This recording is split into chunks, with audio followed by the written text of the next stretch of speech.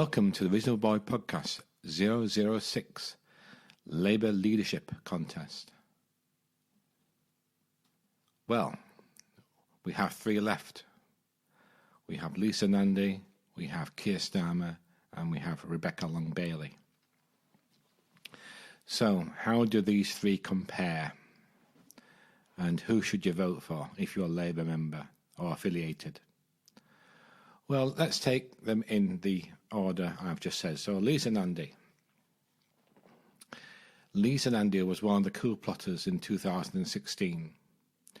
She was also one of those MPs that quite enjoyed going out and bashing the Labour Party whenever she could on the politics show, or talking to Andrew Neil, or just going into any sort of mainstream press and TV and just basically saying that Labour was rubbish and that, we wouldn't need to go back to the old days, the Blair days. And so this is really one of the reasons why I can't vote for Lisa Nandy. I can understand people having a different point of view, and I accept that totally. We all don't think the same way, and we all have different ways of doing things and saying things and our beliefs. But unfortunately, the one thing I can't abide is disloyalty. I don't care whether you're on the left of the party, the right of the party, or you class yourself as a centrist. I've voted for the past 40 years for Labour and Labour leadership. Did I like every single one of those Labour leaders? No. But I voted for the Labour Party and for a Labour government. And I wouldn't go around trashing the party. And I think that in itself is something that a lot of MPs in the Parliamentary Labour Party need to think very carefully about. We had two coup attempts against Jeremy Corbyn, both by wreckers within the party who wouldn't accept a democratic vote. Did I like Tony Blair? No. But he was leader of the party and I supported him. Did I like Neil Kinnock as leader of the Labour Party? No, not really, no. Did I like Gordon Brown? Well, he was only there for 2 years, but, it was okay, but not my way of thinking. So, of those 40 years or so that I've been voting for a Labour government, I would never go behind someone's back and say, or cause trouble or mischief. And I think this is the one reason why I can't support Lisa Nandy. Because she's part of the coup, she was part of the mainstream media trashing the party. She actually did untold damage to our chances of winning in 2017. And that's as near as we've been to government since we went out of government in 2010. So now, Lisa Nandy for me is out as far as I'm concerned for the Labour leadership. So that brings us on to Keir Starmer. And Keir Starmer is one of those weird politicians that you really don't know what he stands for. And I don't think he knows really. I think he's one of those who makes it up as he goes along. And like Lisa Nandy, he resigned as part of the coup. And in his letter of resignation, they said, paraphrasing here, because everybody else is leaving, I'm leaving also. Well, that doesn't show a great deal of character, does it? It doesn't show any independent thought. A barrister, director of public prosecutions, you'd have thought a bit more about him than that, wouldn't you? I'm going because everybody else is going. Well, what do you think will happen if the going gets tough and he's leader of the party? Will they just cave into the lowest common denominator that these wreckers within the party really want to control it? And they think the Parliamentary Labour Party is the Labour Party. Well, it's not. It's hundreds of thousands of people, 580,000 people in the Labour Party at the moment. But it's tens of hundreds of thousands of people that go out every week, putting the message across. Whether you actually go to Constitutional Labour Party meetings, or you're out there talking to people in the community, or you're delivering leaflets on behalf of the MP or your local council or whatever. These people are the bread and butter. These people are the foundations of the party. And we shouldn't let the Parliamentary Labour Party dictate to us what we should and should not be doing. And my fear with Keir is that he will take the party down a centrist path, neither one side nor the other. He may have a honeymoon period with the mainstream media for a few months, but I can see this happening now, again and again. The wreckers within the party will start pushing them, prodding and saying, "Oh, you're not doing this, you're not doing that, you're not right-wing enough, you're not doing this." And I don't think Keir has the ability to actually confront them. He's a highly intelligent person, obviously, barrister, director of public prosecutions. I'm not saying he hasn't got the intellect to do the job, but I don't think he's got the political nous that is needed to run a party as large as the Labour Party, or any party for that matter. I think he's politically naive, and I think one of my concerns is I've seen leaflets dropping through my letterbox about Keir Starmer. He's written to over 500,000 members of the Labour Party with a leaflet. Well, that's going to cost hundreds of thousands of pounds. Where does the money come from? This is a question I'd ask for every single leadership candidate. Where does your money come from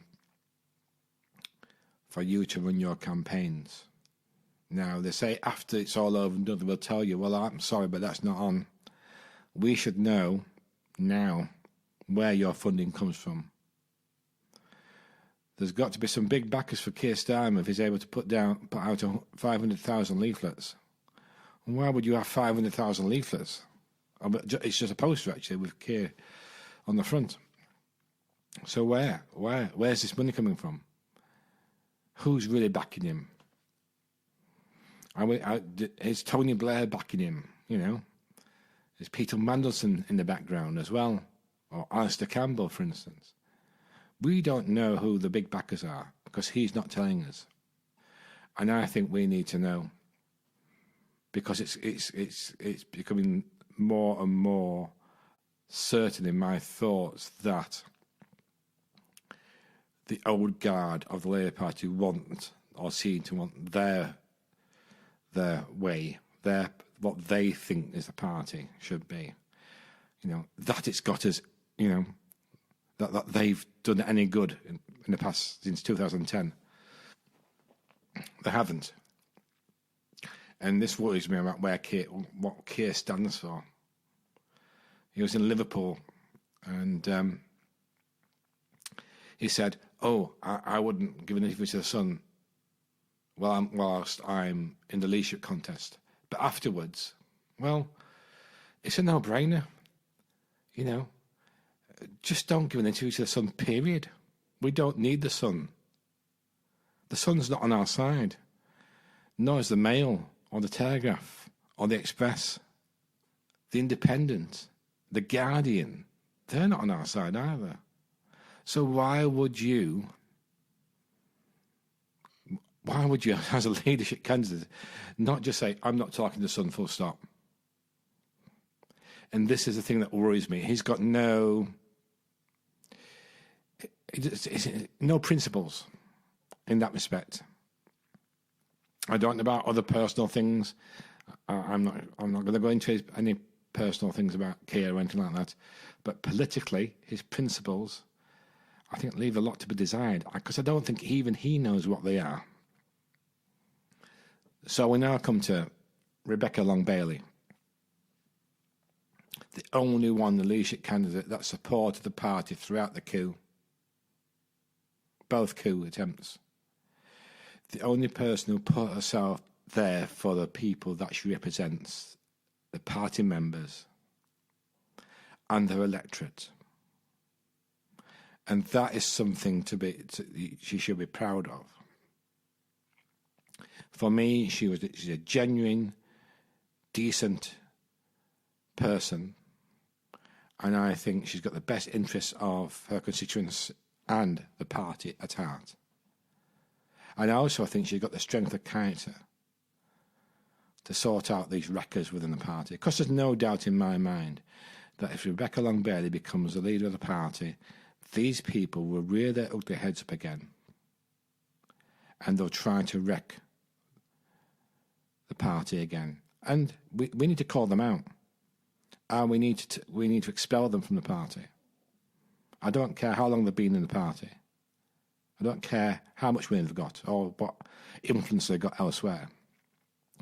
If they're putting at risk the party from being in power, then they should be gone. I don't care who they are. And I think Rebecca Long-Bailey is the only one of the three that would turn round to them and say so and do something about it. Because I think she proved herself with the Green New Deal. She's the architect of that within the party. She's proved herself in Parliament in being the shadow business secretary. She's proved herself in her community by being a great constituency MP. And I think she's proved herself on numerous TV and media outlets as well. Very strong character. She knows where she wants to go.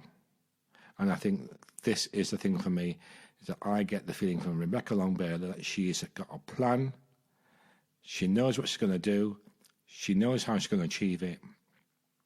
And for me, Rebecca Long-Bailey is the only person in the frame for me to be Labour leader, and that is the person I'll be voting for when my ballot comes through.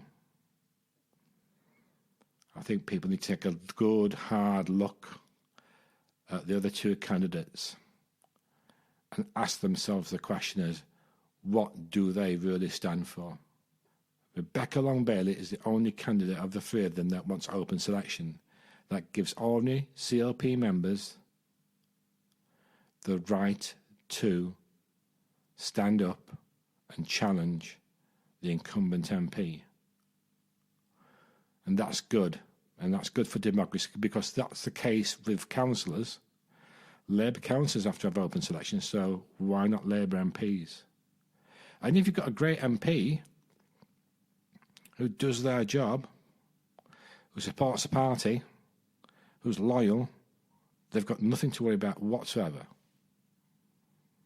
Because I'm sure that they'll be re-elected as an MP. But when you've got these wreckers within the party, they're obviously going to kick up a fuss about this. And everybody who kicks up a fuss about it, just think about why they're doing this. They're doing it because they know full well that if they had open selection, they wouldn't be re-selected as an MP. Which should tell you all you need to know about that person. And so, if you want a democratic party built on proper Labour socialist values, a party for people, not a party of the establishment that these people wanted to make it to be into the Lisa Nandy and the Keir Starmers of this world. If you want a proper functioning party that's going to go out and campaign for the most vulnerable in our society, then I urge you to vote for Rebecca Long-Bailey in the coming ballots. Thanks a lot. See you later. Bye.